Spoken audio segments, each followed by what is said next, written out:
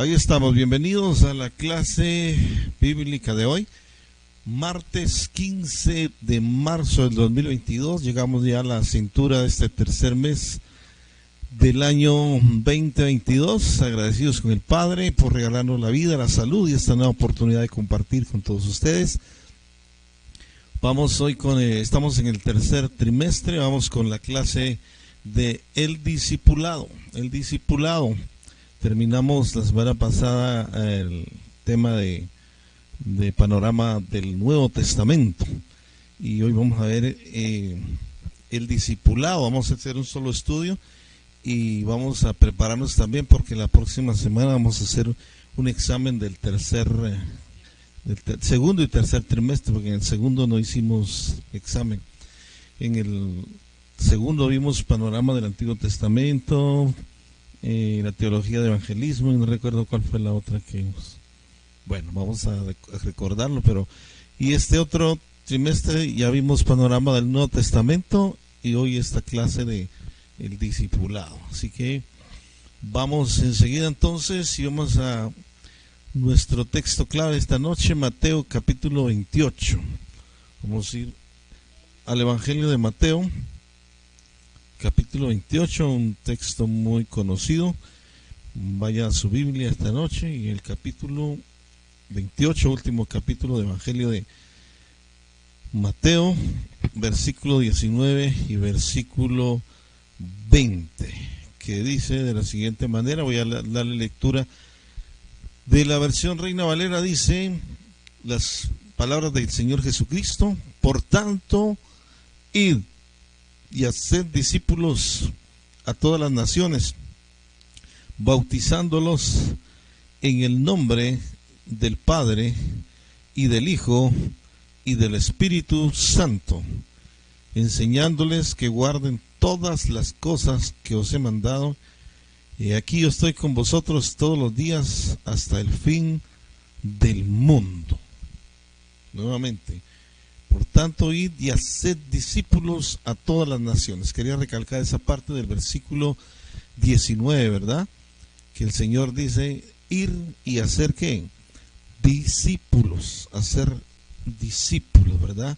Esa palabra discípulo viene de disciplina, Tener disciplina para estudiar la palabra del Señor. Para todo necesitamos disciplina.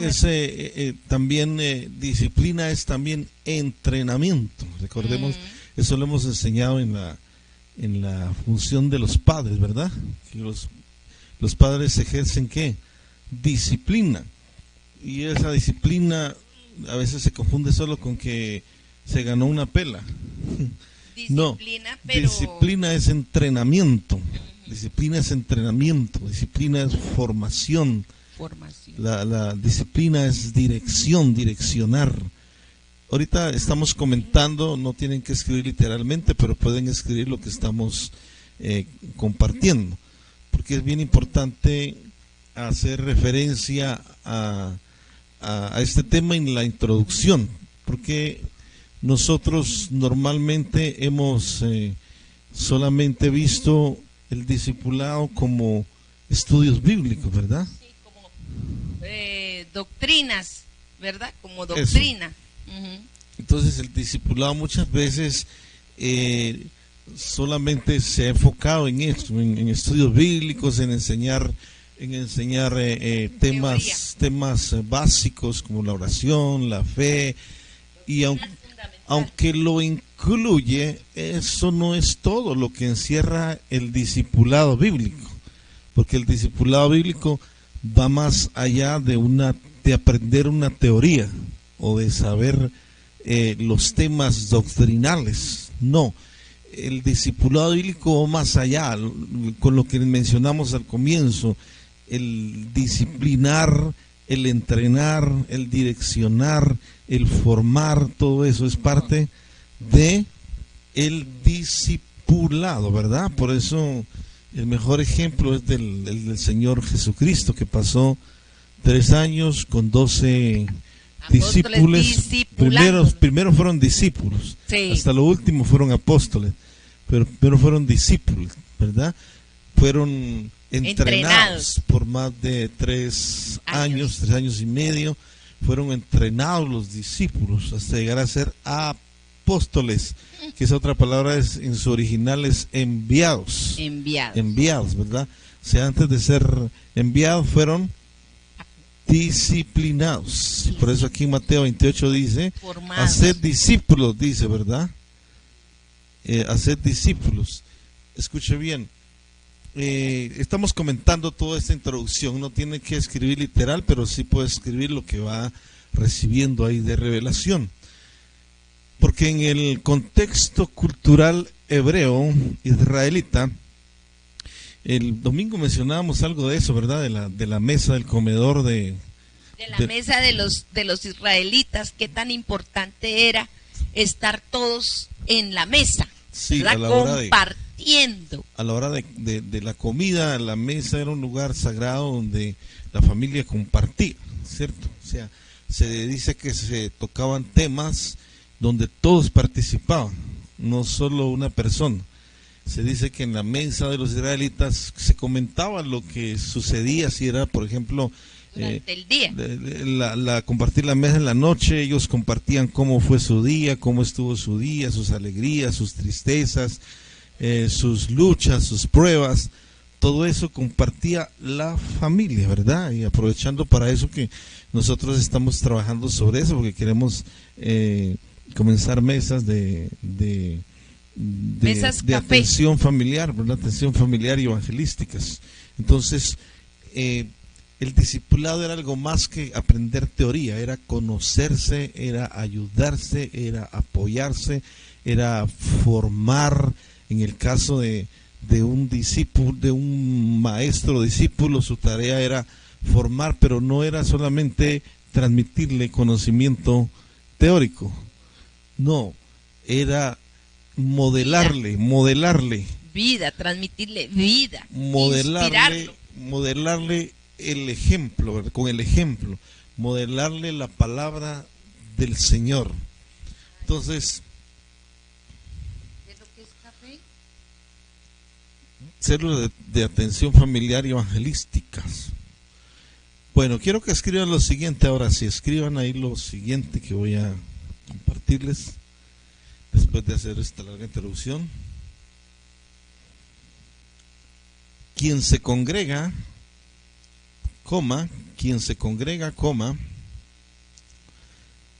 recibe principios en la palabra de Dios.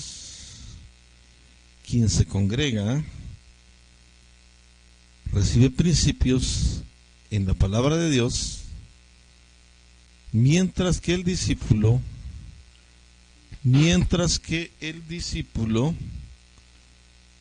es un aprendiz que vive lo aprendido. Mientras que el discípulo es un aprendiz que vive lo aprendido y da fruto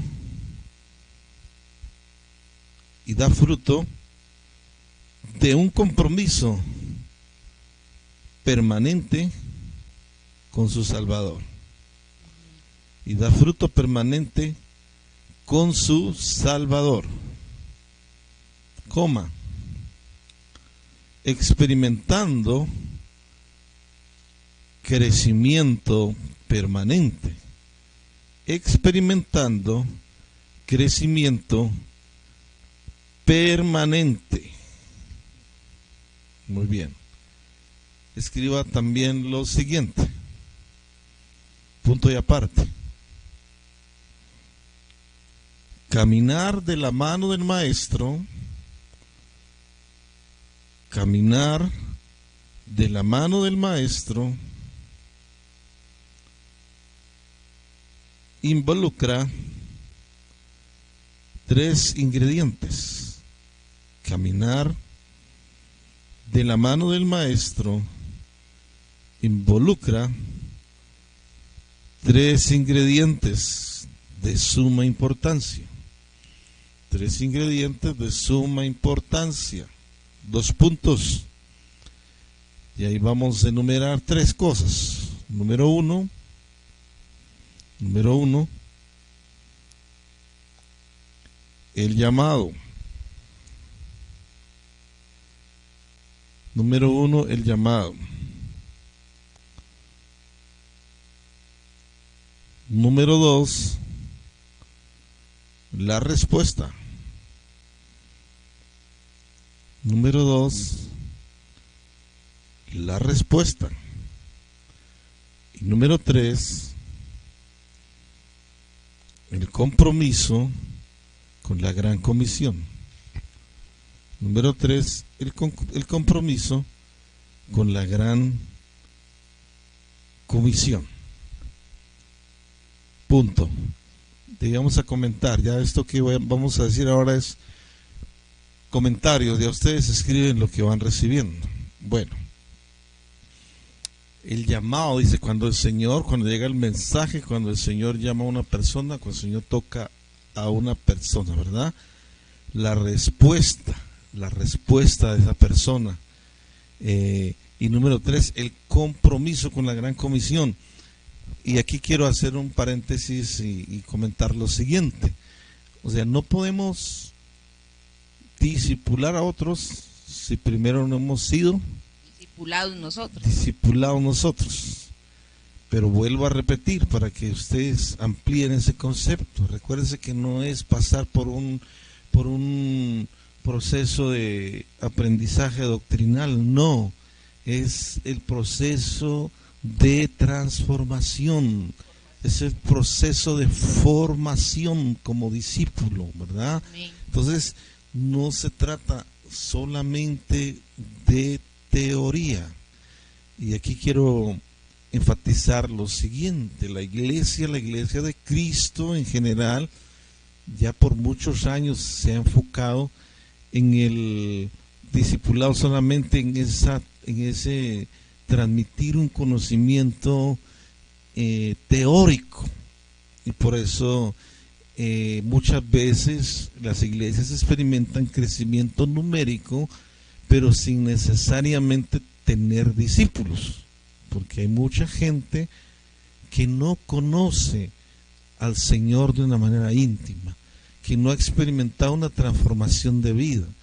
Comentábamos con mi esposa hoy, por ejemplo, el caso de muchos cristianos que, por ejemplo, en estas elecciones ignoran sus principios y valores, no viven sus principios y valores, y por eso apoyan, escúcheme bien, a candidatos que están rebelados contra Dios en sus convicciones, ¿ya?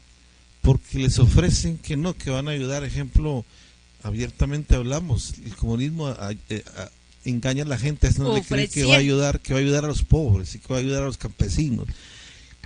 Y viene el cristiano que ignora que este hombre no tiene ni principios ni valores y que lo que está hablando es mentira, va y le da su voto, ignorando que está a favor del asesinato de los no nacidos, a favor de la legalización de las drogas, a favor del matrimonio homosexual.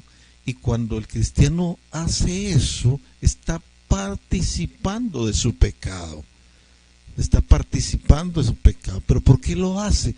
Porque él mismo no ha sido transformado, él mismo no ha sido cambiado. Por eso, si viene alguien y le pregunta, quizás estás de acuerdo con el aborto, como él no ha sido transformado, no entiende que la cuestión no es teoría, sino cambio de vida, transformación. Entonces él puede decir, no, yo creo que está bien, las mujeres tienen derechos. Eso parece que no sucede, pero sucede en muchos cristianos, y aún más allá, quizás sucede en muchos pastores todavía también.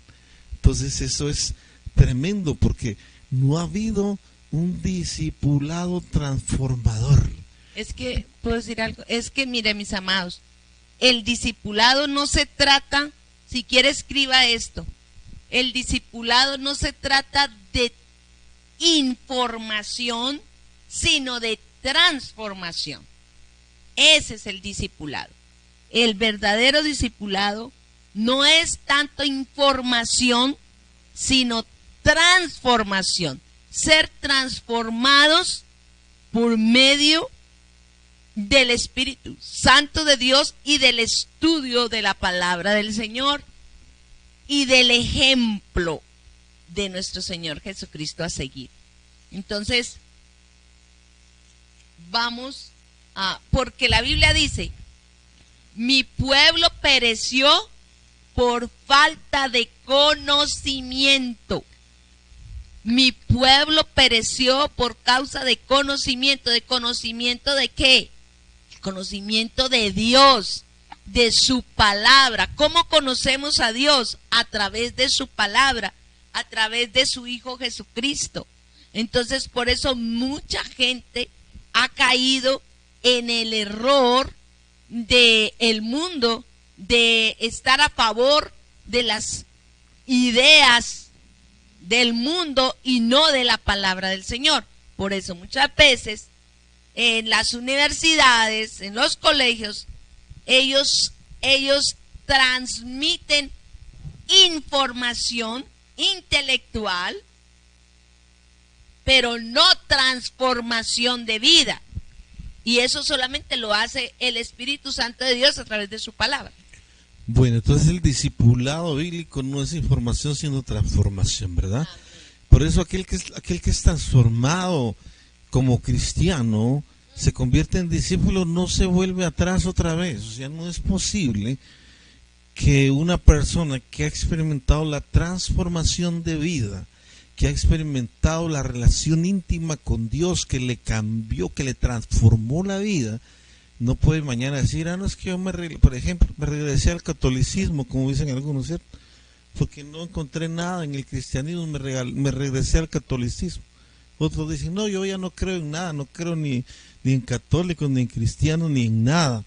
O sea, nunca experimentaron una transformación, porque el que experimenta una transformación que es la esencia del discipulado bíblico, ya no se vuelve atrás. Por nada, es como el león, dice Proverbios. Así lo decepcione el que lo decepcione un hombre, lo decepcione una organización, lo decepcione la misma familia, lo decepcione el amigo cristiano más íntimo que tenía, no se vuelve atrás. Por nada ni por nada. Porque su vida fue transformada, ¿verdad?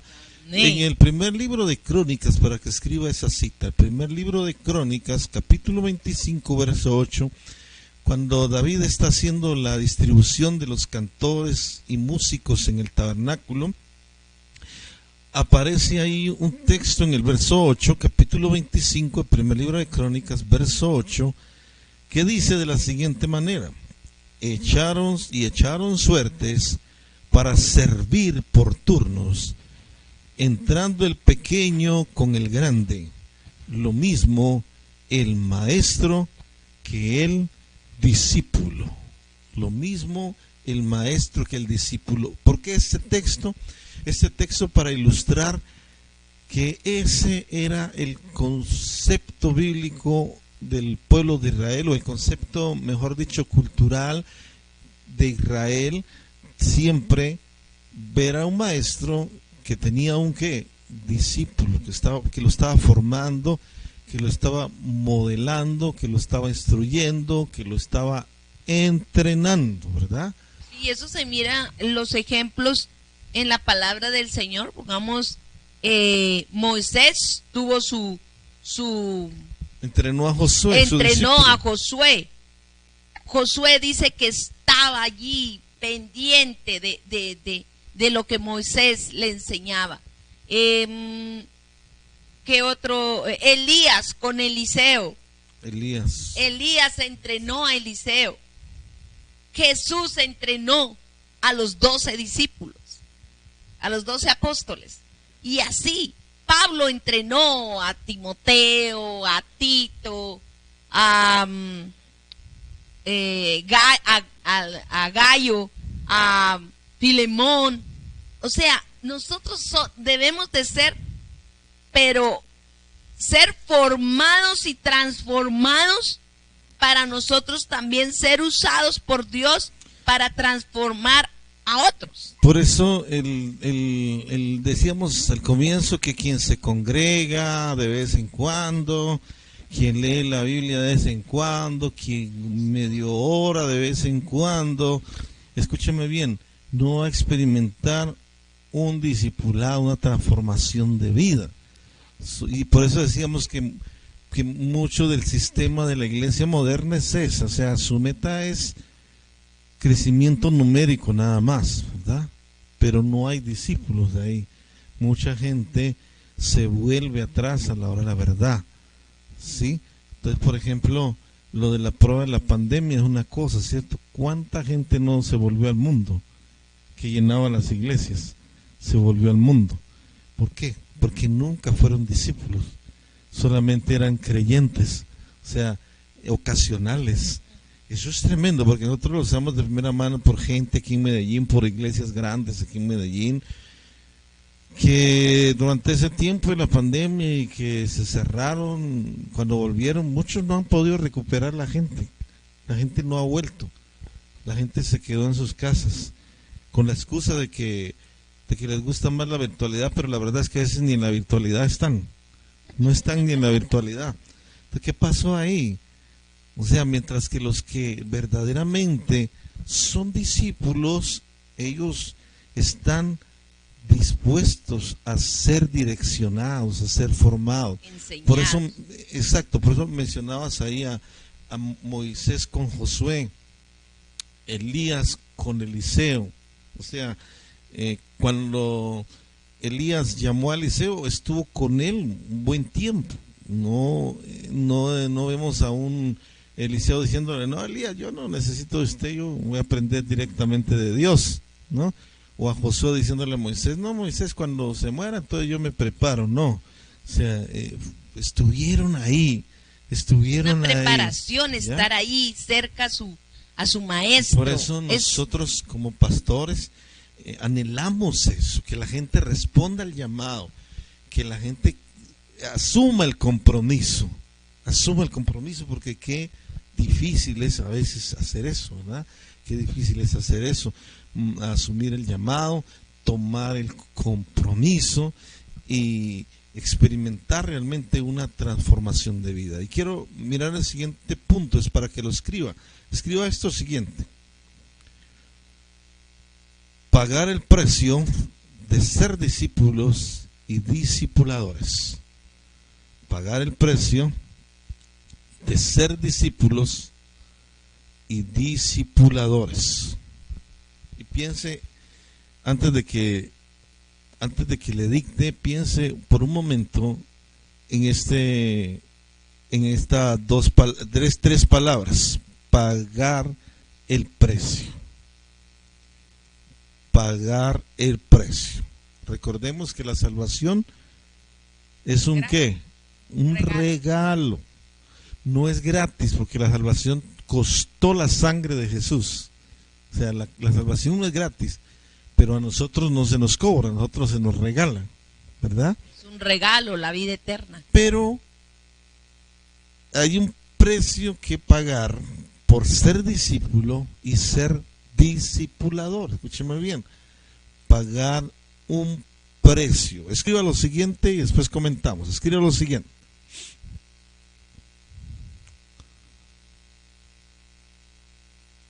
estos creyentes comprometidos,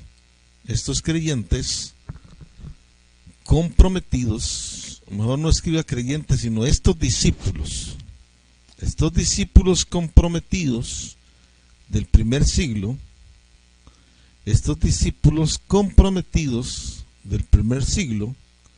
decidieron pagar el precio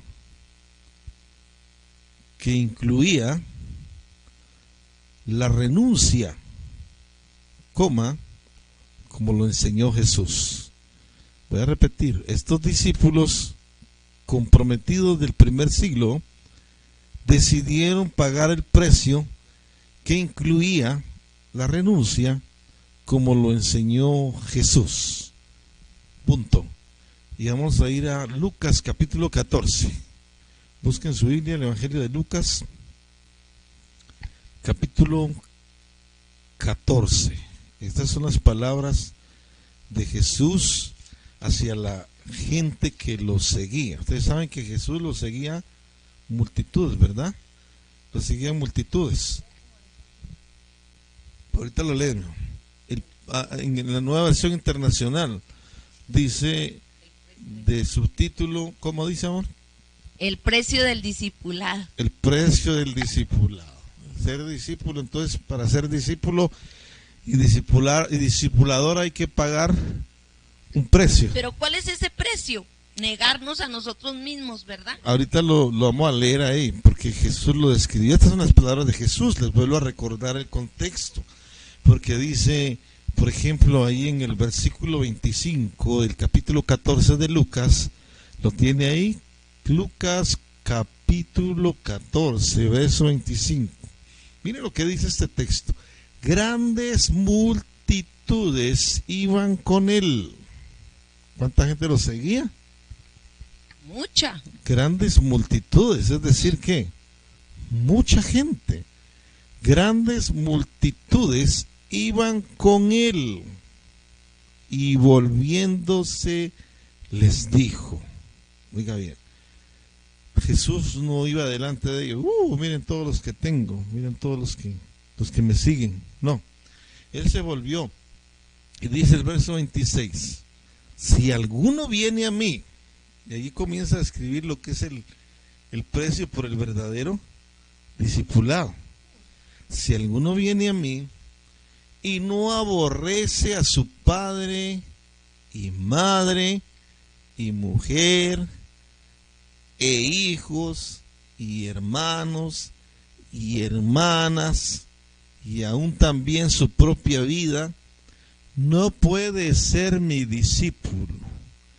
Qué duro suena esa palabra, ¿no? Sí, pero en el original, mira, me gusta como dice aquí, dice, si alguno viene a mí y no sacrifica el amor. Eso, y acordémonos que aquí en este texto se está usando un lenguaje hiperbólico, ¿sí? Es decir, exagerado. Exagerado, cuando dices que si no aborrece, aborrecer a padre, madre, hijos, esposa. Esa palabra se usa como para llamar, resaltar el texto. Y decir, ¿cómo así? Si alguno viene a mí y no aborrece, como dice la Nueva Versión Internacional. Y ahí dice, si alguno viene a mí y no sacrifica el amor a su padre, a su madre, a su esposo, a sus hijos, a sus hermanos, hermanas y aún a su propia vida, no puede ser mi discípulo. Dice, no puede ser mi discípulo. Y el que no carga su cruz y me sigue, no puede ser mi discípulo. Entonces, sí, eso nos quiere decir que si tú quieres ser discípulo de Jesús, tienes que negarte a ti mismo. Quiero ver el contexto, amor, de esta escritura en Mateo capítulo 10. ¿Sí? Capítulo 10.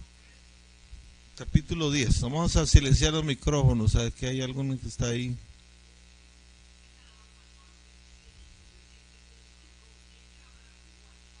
¿Alguien está oyendo noticias? ¿Alguien está con su televisor a todo volumen por ahí? Por favor, lo apaga o no sé qué puede hacer. No, porque puede ser otra persona. Ah, bueno. O apaga su micrófono, más bien dicho. Bueno, quiero ver el contexto de lo que dice Mateo 10:34 en adelante. No penséis que he venido para traer paz a la tierra. No he venido para traer paz sino espada. Qué tremendo. Porque he venido para poner en disensión al hombre contra su padre, a la hija contra su madre y a la nuera contra su suegra. Y los enemigos del hombre serán los de su casa. ¿Pero por qué? Esa es la pregunta, ¿cierto? Y en el verso 37 comienza el contexto de lo que hablamos ahora de Lucas. Dice, el que ama a padre o madre más que a mí. Ahí. La Nueva Versión Internacional en Lucas 14:26 dice, el que no sacrifica el amor, ¿cierto? Y aquí dice, el que ama padre o madre más que a mí no es digno de mí. El que ama a hijo o hija más que a mí no es digno de mí. Uy. Es decir, El que ocupa el primer lugar en tu corazón. Tu vida como discípulo debe ser prioritariamente agradar a Dios en todo. Y por eso dice aquí, no he venido a traer paz sino espada. He venido a poner en disensión al hombre contra su padre. ¿Por qué en disensión? ¿Por qué en división? Porque el verdadero discípulo que quiere agradar a Dios va a encontrar oposición primeramente en su propia familia. Ahí lo podemos ver esta noche. Alguien está estudiando la palabra, pero otros están en su misma casa, están haciendo otras cosas, otras actividades, viendo televisión o entonces aquí esto, ustedes me han escuchado esto, pero por ejemplo yo les he testificado de que para mí fue esto literal en mi familia. Ay, eso se me vino a mí ahorita. Cuando me convertí, ¿verdad? O sea, todos se pusieron en contra mía y todos querían que yo desistiera de mi compromiso con el Señor, de mi relación con el Señor. Tu conversión. Entonces hubo disensión ahí, sí, hubo división, pero por causa de que yo decidí seguir al Señor y renunciar a todo lo demás. Entonces el verdadero discípulo, por eso dije, está en crecimiento, está siendo transformado, está comenzando a vivir de acuerdo a la voluntad de Dios. Mi amor, y cuando el Señor te habló, porque tú ibas a desistir de seguir a Jesús, porque la familia estaba todos llorando, todos metiéndole culpa, avergonzándolo y culpándolo, y entonces aún así te manipularon diciéndote que si seguías al Señor entonces tus padres iban a morir, y te echaron culpas, y tú ya estabas pensando en decirle a Jesús, no, Jesús, mejor más adelantico me convierto, más adelantico me afirmo, mejor en otra época, Señor. ¿Y qué te dijo el Espíritu Santo? Sí, eso fue un momento clave, ¿verdad? Porque en medio de esa situación uno dice, no, todo esto está pasando por mi culpa, por mi causa, ¿verdad? Pero es donde Dios me dijo, bueno, ya mayoría ha escuchado esto, pero solo quiero decirles que la voz del Espíritu Santo fue, ¿quieres verlos llorar ahora?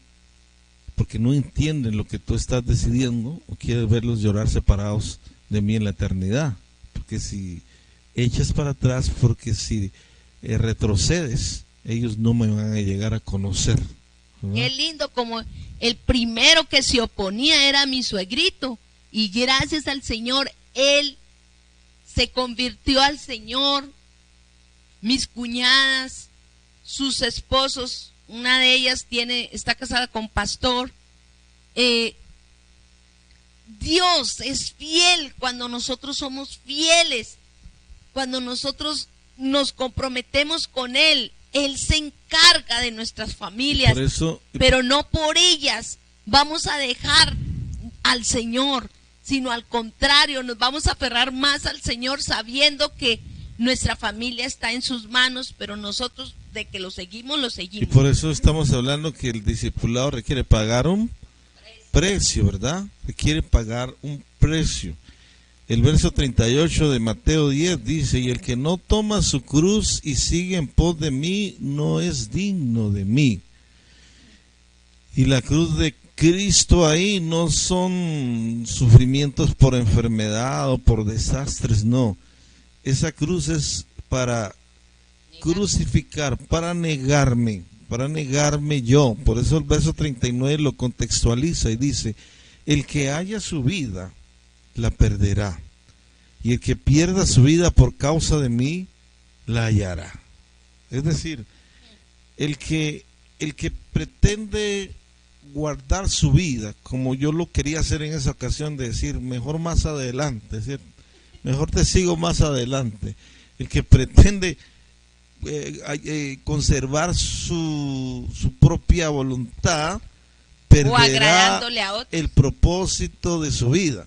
Pero el que pierda el propósito de su vida por causa del Señor, entonces encontrará el verdadero propósito, ¿verdad? Amén, amén. Entonces miren qué diferencia hay entonces entre el discipulado transformador, el discipulado que no es solamente teoría, que se transmite, no, es un discipulado que te transforma, es un discipulado que te cambia, es un discipulado que te direcciona, es un discipulado con el cual estás dispuesto a seguir al Señor. Por eso dice aquí volvemos a Lucas 14.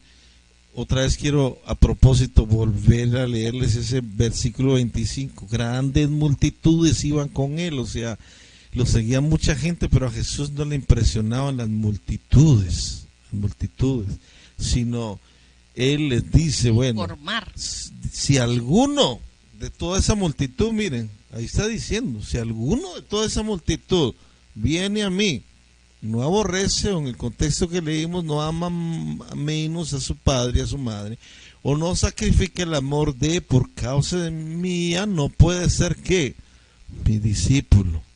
Y dice, y el que no lleva su cruz y viene en pos de mí, no puede ser mi discípulo. Entonces ahí está el pagar ¿qué?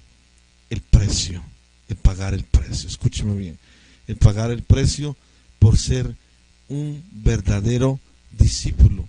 Y por eso decimos que si no eres primero un discípulo, si no experimentas la transformación, si no experimentas la disciplina, es decir, la formación, no puedes discipular a otro.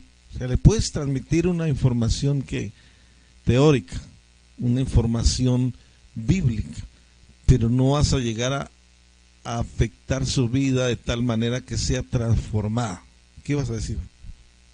Que ahí dice, si alguno viene a mí y ama más a su padre o a su madre o a sus hermanos o a sus hijos e hijas más que a mí, eso es lo que quiere decir este versículo. Si amamos más a nuestra familia, a nuestro padre, a nuestra madre, a nuestros hijos, más que al Señor, eso es lo que quiere decir el original. Por eso ahí dice que si alguno no aborrece a su padre, entonces, pero el original quiere decir que si alguno ama más a su hijo, a su hija, como leía en un WhatsApp, no, es que yo amo a mi hija, tú eres mi vida, mejor dicho, ponía a la hija en un pedestal y no al Señor. No, es que yo vivo es por ti, yo me muevo es por ti, yo hago esto es por ti. O sea, eso es tremendo.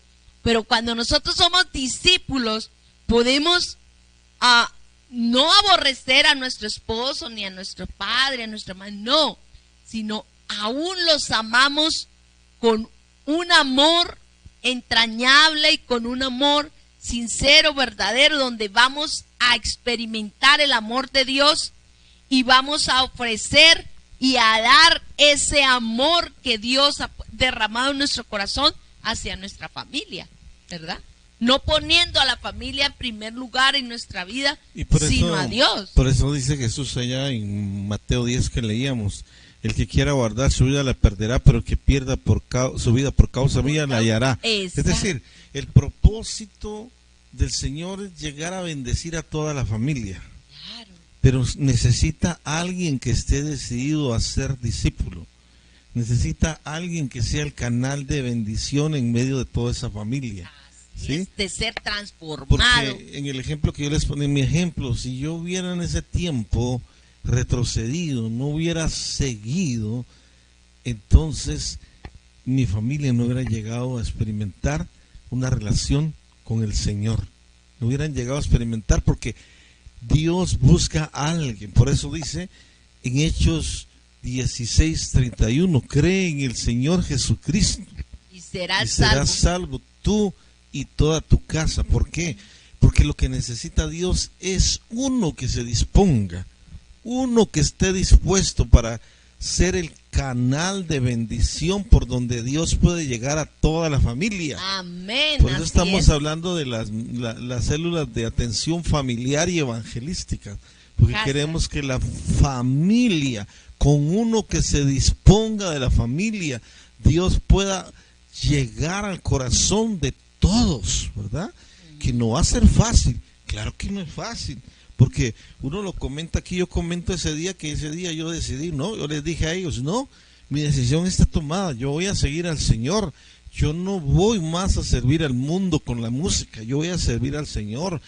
Y vinieron los rechazos, vinieron el ignorarlo a uno como si uno no existiera, como si hubiera sido lo peor que uno hubiera decidido, el enojo de la familia, el mirarlo a uno ya con desprecio. Todo eso es el precio del discipulado, todo eso es el precio que uno debe estar dispuesto a pagar, porque uno no va a ver el momento, sino va a ver el propósito de Dios. Cuando Dios ve uno dispuesto, dice, con él puedo trabajar, con ella puedo trabajar. Voy a formarla, voy a transformarla para que ella pueda ser el canal que yo voy a usar para transformar al resto de la familia. Así es. Bueno, vamos a ir ya a la parte final con unos puntos aquí que queremos que escriban.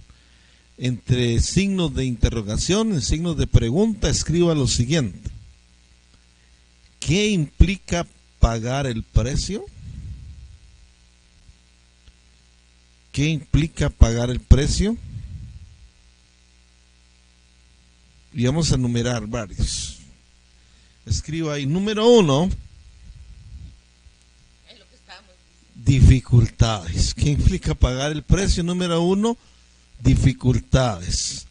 Y escriba ese texto que vimos ya y no lo vamos a volver a leer, pero escríbalo ahí al lado de ese número 1, dificultades, Mateo 10:34 al 38, cuando el Señor dice, no he venido a traer paz sino espada, porque va a estar el padre contra el hijo, la madre contra la hija, la suegra contra la nuera, los enemigos del hombre serán los de su propia casa. O sea, ¿qué implica pagar el precio? Número 1, dificultades.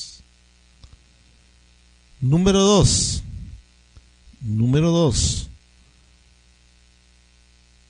rechazo de quienes se mueven,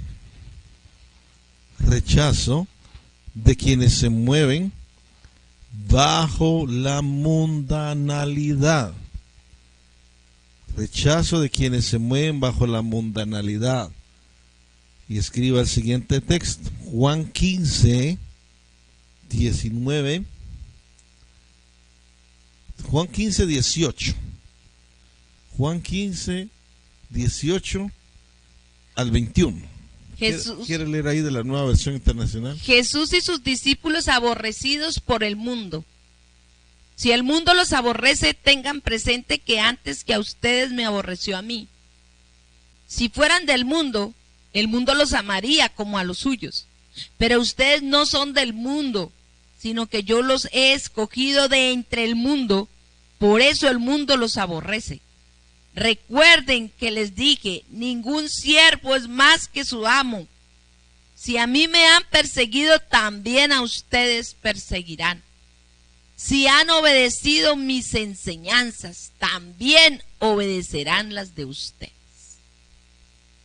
Verso 21. Los tratarán así por causa de mi nombre, porque no conocen al que me envió. Tremendo este texto. Dice, entonces, ¿qué implica pagar el costo o el precio? Número 2, rechazos de quienes se mueven bajo la mundanalidad. Por eso dice, el mundo os aborrecerá. Es decir, el verdadero discípulo va a ser aborrecido.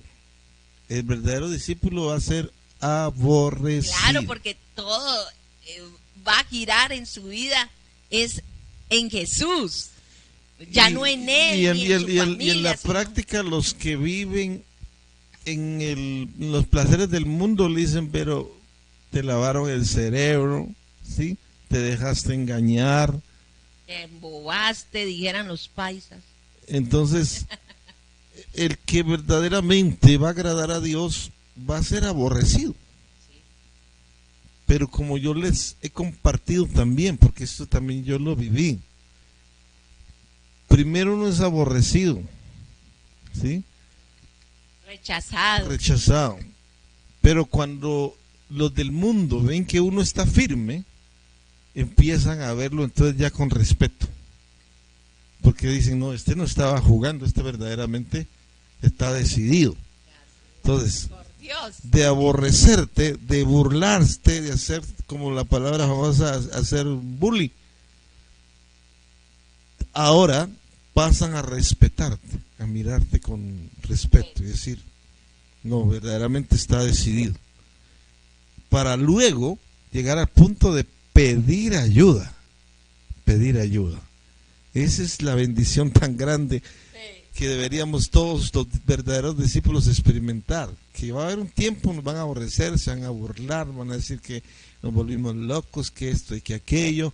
Que nos cambiamos de religión. Pero si nos mantenemos firmes, entonces llega el siguiente paso, que es vernos con respeto. Y dicen, no, este no está jugando a la religión, este verdaderamente se convirtió, se ve el cambio, se le ve el cambio, se le ve el cambio a su familia, ¿sí?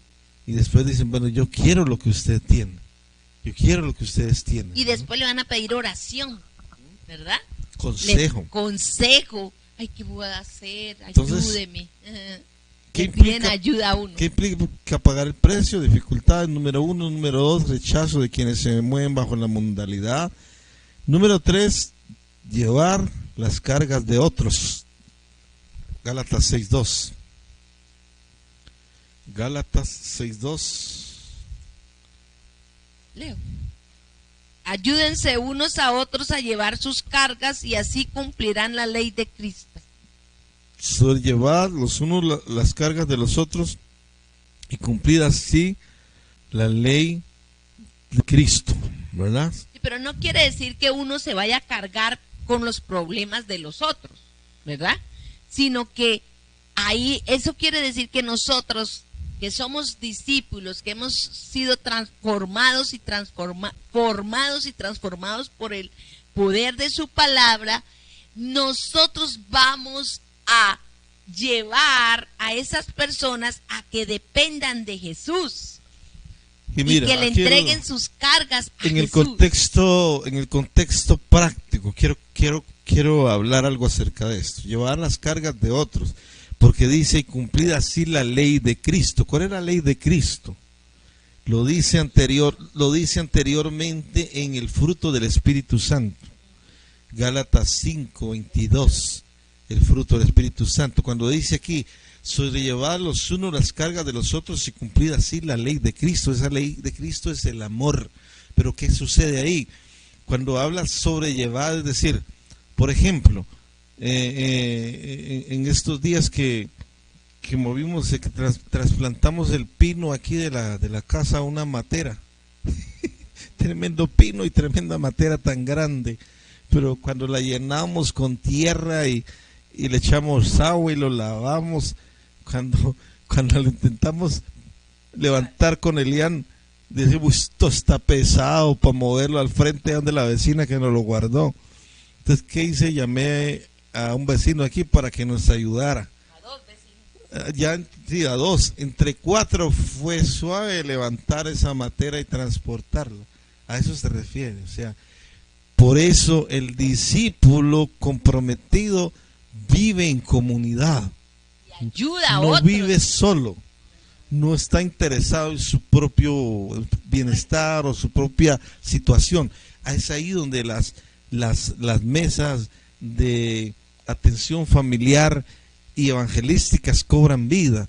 Porque lo que ha pasado muchas veces, casa de atención familiar evangelística, porque lo que sucede muchas veces es que, por ejemplo, en las congregaciones, así sea pequeña, o sea mediana, o sea grande, muy poco se conoce de la gente, muy poco.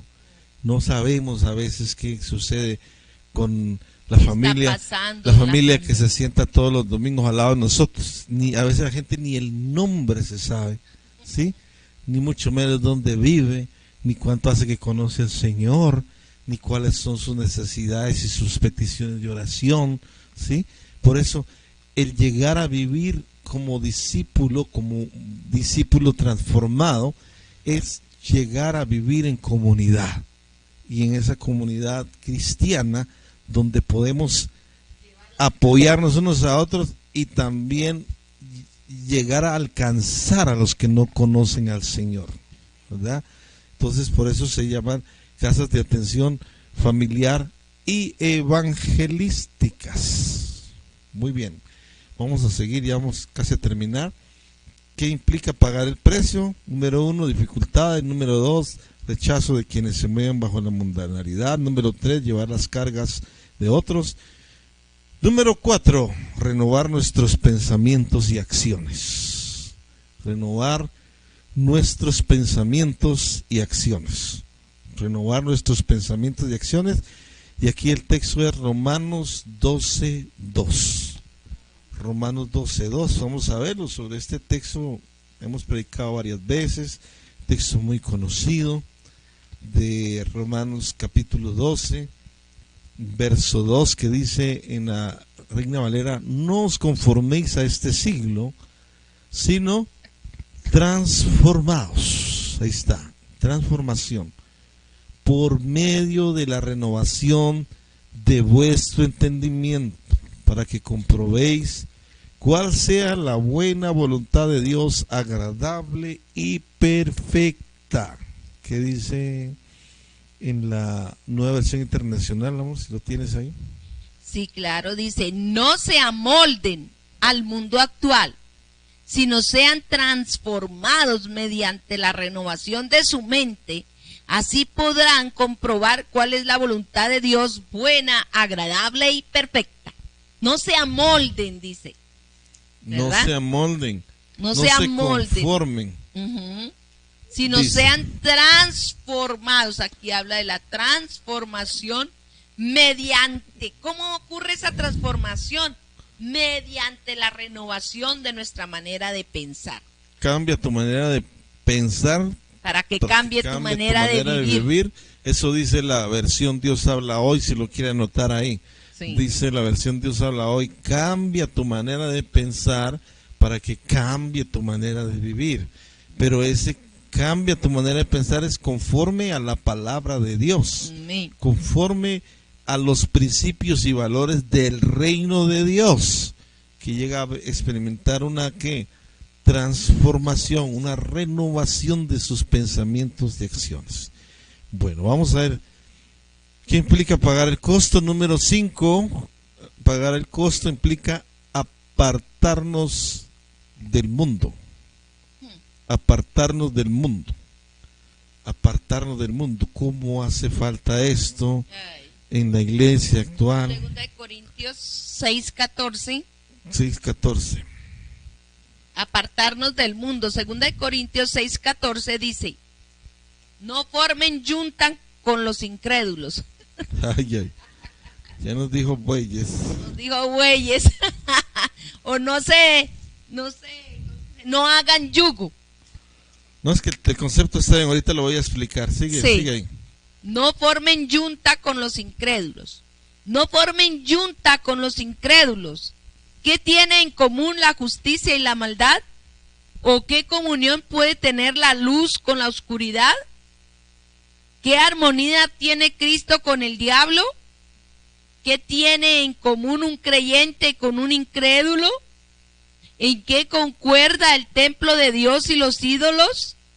Porque nosotros somos templo del Dios viviente, como Él lo ha dicho. Viviré con ellos y caminaré entre ellos, y yo seré su Dios y ellos serán mi pueblo. Por tanto, el Señor añade: salgan de medio de ellos y apártense. No toquen nada impuro y yo los recibiré. Yo seré un padre para ustedes y ustedes serán mis hijos, dice el Señor Todopoderoso.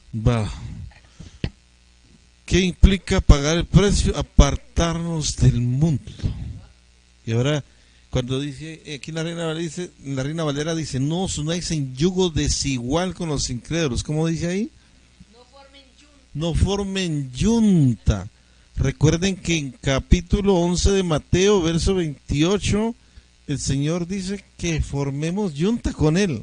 Llevad mi yugo sobre vosotros y aprended de mí que soy manso y humilde. De corazón. Esto quiere decir, porque lo que se hace es, escúcheme bien, en el contexto de una yunta de bueyes, literalmente, siempre se dice que hay un buey que ya es entrenado, que ya es formado, que lo ponen con un buey joven, porque al unirlos en yugo, el joven aprende a seguir al buey adulto que ya está entrenado.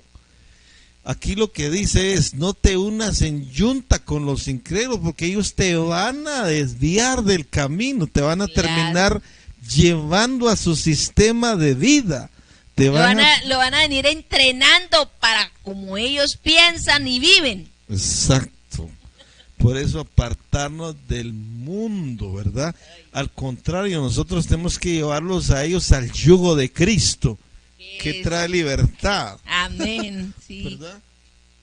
Bueno, y por último, ¿qué implica pagar el precio? Número 6, ser como Cristo Jesús. Ser como Cristo Jesús. Miremos Efesios 4:13. Efesios 4:13. Aquí hay una versión. Lee ahí la Nueva Versión Internacional. Efesios 4:13 dice: de este modo todos llegarán. No, pero leo antes o no. No. De este modo todos llegaremos a la unidad de la fe y del conocimiento del Hijo de Dios, a una humanidad perfecta que se conforme a la plena estatura de Cristo. Anteriormente habla de los oficios ministeriales, el apóstol, el pastor, el profeta, el evangelista y el maestro, que dice que están para formar al discípulo, para ¿verdad? Capacitar al pueblo de Dios. Para formar al discípulo a la imagen de Cristo, dice, hasta que todos llegamos a la unidad de la fe y del conocimiento del Hijo de Dios. Recordemos que ese conocimiento no es teoría. Información, en el concepto transformación. En el concepto bíblico, conocimiento del Hijo de Dios, conocimiento de Dios es relación íntima. ¿Sí? ¿Recuerdan el ejemplo que les dimos de el concepto griego, que le decían a un niño griego, lo llevaban temprano a la escuela, le decían, un papá es esto, un papá hace esto, un papá dice esto, un papá es esto? En cambio, el niño hebreo era que convivía con su papá, se relacionaba con su papá, tenía intimidad con el papá. Uno era logos, que recibía logos, letra, y otro era rema, que se hacía carne, se hacía vida en su corazón. La versión de la Biblia española dice, hasta que todos alcancemos la unidad propia de la fe y del conocimiento del Hijo de Dios, hasta que seamos personas cabales, hasta que alcancemos en madurez y plenitud la talla de Cristo. Oye, eso está perfecto. Más entendible, pues, porque dice que, me gusta eso que dice que hasta que lleguemos a la talla de Cristo, a la estatura del varón perfecto. Y mucha gente dice, ay, no, es que yo tengo muchos errores, no me miren a mí, que yo tengo muchos errores, Dios no hace nada imperfecto, mis amados. Dios nos creó bien, perfectos. Dios es bueno. Nosotros lo que podemos decir es, nosotros no somos perfectos, pero sí tenemos esa perfección. No quiere decir que no tengamos errores, sino que seamos maduros en la fe, ¿cierto, amor? Alcanzar madurez en Cristo Jesús. No que seamos perfectos, que no tengamos errores, sino que alcancemos madurez, que no actuemos como niños influctuantes llevados por doquiera de doctrina, sino que nosotros ya estamos, los que están en esta escuela, qué pesar que no terminaron todos, pero de 46 que se inscribieron, 4, y eso que 3, porque Claudia se acaba de añadir hace unos pocos martes, pero felicito a Aura y a Uriel y a Sonia, Mónica Correa, que han estado allí aprendiendo con nosotros, ahí sí que como esponjitas recibiendo lo que sus pastores le están enseñando, porque lo que nosotros les estamos enseñando no son herejías ni nada por el estilo, es la palabra de Dios para que tú y yo seamos transformados por el poder de su amor. Vamos a terminar ya. Entonces queríamos como recalcamos mucho el hecho del verdadero discipulado, ¿verdad? Para que le quede claro que es una diferencia grande entre formación teórica bíblica, que no está mal porque es parte también del discipulado, ¿cierto? Conocer la palabra, conocer los conceptos, conocer las doctrinas, como lo que vimos en los temas del panorama del Antiguo Testamento, el Nuevo Testamento, conocer la interpretación de la Biblia. Eso es parte de ser discipulado, pero el discipulado, la esencia es transformación de vida. Lo que decías, no es información, sino transformación. Es estar ahí, es renuncia, es pagar un precio, es estar dispuesto a ser un canal de bendición donde Dios pueda llegar a toda la familia, donde Dios te pueda usar como luz en medio de la sociedad. Eso es, donde ya nada te haga retroceder, así te defraude el que te defraude, nada te hará retroceder de tu discipulado transformador con el Señor. Sí, podemos decir también que es una información que transforma, ¿verdad? Y no una información intelectual. Esa es la diferencia de lo de las universidades, los colegios, es información intelectual.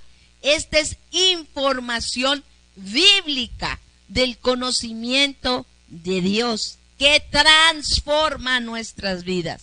Muy bien, vamos a terminar la grabación y enseguida comentamos.